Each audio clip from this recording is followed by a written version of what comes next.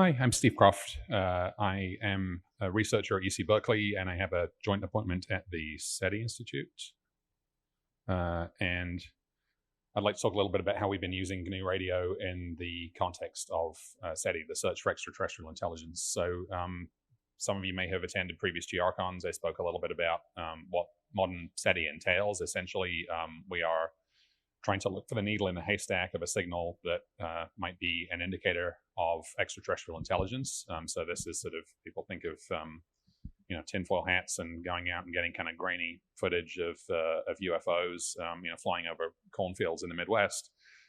We try and bring the science and the engineering to the search. The idea here is motivated by the recent research results that there are probably tens of billions of Earth-like planets in our own galaxy, and so we actually just want to go out and do an experiment and see if there's life elsewhere. And we can do that essentially by using powerful radio telescopes. Also, we're using optical telescopes, really a range of facilities. But one of the facilities that we use is the largest steerable radio dish in the world. This is the Green Bank Telescope in Green Bank, West Virginia. 100-meter diameter dish. That's our chief engineer, Dave McMahon, standing looking up at the dish there. For a sense of scale, you might be able to see there's some folks that have just rappelled down from the underside of the dish. They were painting the dish, which is a pretty big job. And we actually have a video on our YouTube channel if you want to go. It's a 3D, not virtual reality, but it's no, it is VR, I guess. It's not 3D. But if you have a headset, or you can look at it in your browser as well, you can actually pan around and look as we ride up the elevator on the telescope and across the walkway there, and then up to the feed platform up near the top, which is actually kind of higher up than the Statue of Liberty up at the top. It's a pretty impressive piece of engineering. So one of the hats that I wear is I'm the project scientist for Breakthrough Listen on the Green Bank Telescope. Breakthrough Listen is the largest search for extraterrestrial intelligence that we've done, basically, as humans to date. The Breakthrough Prize Foundation, Yuri Milner, the sponsor, pledged $100 million over 10 years to really re-energize the search for extraterrestrial intelligence. And so we've got a big team at Berkeley, at UC Berkeley, where the initiative is, the science program for the initiative is headquartered. And then collaborators around the world, including at Green Bank, but also at Parkes in Australia, at the Meerkat Telescope in South Africa. We're working with some folks at the SKA.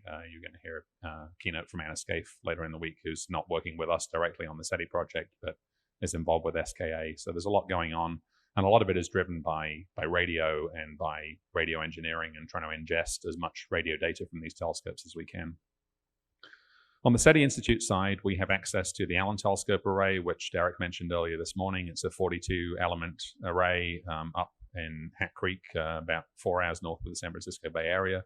42 6-meter antennas, flexible back ends, so we can really, unlike with the Green Bank Telescope, we can sort of go and play around a little bit more hands-on with the ATA. We have a workshop coming up on Wednesday afternoon where we'll be taking you through what we can do with the ATA, not just for doing the primary goal of the SETI search, but also there's a lot of radio astronomy, but also we've done observations of satellites, we've done observations of deep space probes, and we're using it as a test bed, essentially to kind of understand the radio environment that's up there. We had a hackathon up at the ATA. I think this was mentioned this morning already. We're hoping to run another one of these probably sometime next year. So just keep an eye out, and we'd love for some of you to come along. Even if you have very little interest in the search for extraterrestrial intelligence, then maybe you want to come along and play around with some of these dishes and the back ends that we have up there. And we'd welcome your participation. So, here's just a little kind of snapshot. While some of the folks at the SETI Institute, not just working on SETI, there's actually kind of a whole range of research going on in astronomy and the search for life kind of more generally at the SETI Institute. And then, there is the stuff that's going on with the ATA sort of above and beyond the SETI search, including, and this is actually some work that came out of the GNU Radio project here. So making images of radio galaxies. And you're going to hear in a couple of minutes from one of our students, Iwei Chai, who was working with us this last summer, working on integrating these backends with GNU Radio. And so you can actually kind of pull the ATA in as a source into a flow graph and play around with the data that's coming out, which we think is really fun. So mentioning our internships, if you do know undergraduate students that are looking for paid summer internships, there's one at the SETI Institute. There's also one at Berkeley SETI Research Center. We open applications in December with a deadline of, I think, February of next year. If you know smart students that would like to get hands-on with some of the data or with some of the hardware, then please encourage them to apply.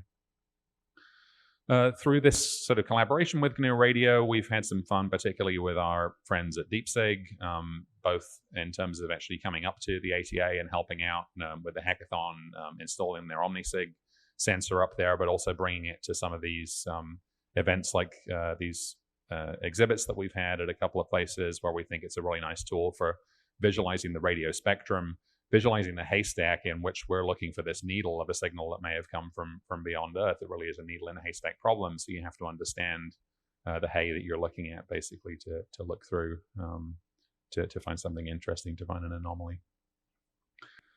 So again, we're using a whole range of telescopes around the world. If anybody has any interest in chatting about what we're doing in these various places, from optical telescopes through to radio at various wavelengths, please do come find me afterwards and chat. I'll be here all week, and I'd love to sort of figure out with you all how we can expand the work that we're doing, how we can integrate you into what we're doing, and if you have sort of smart ideas about ways that we can collaborate, then yeah, I'd love to chat. Thanks.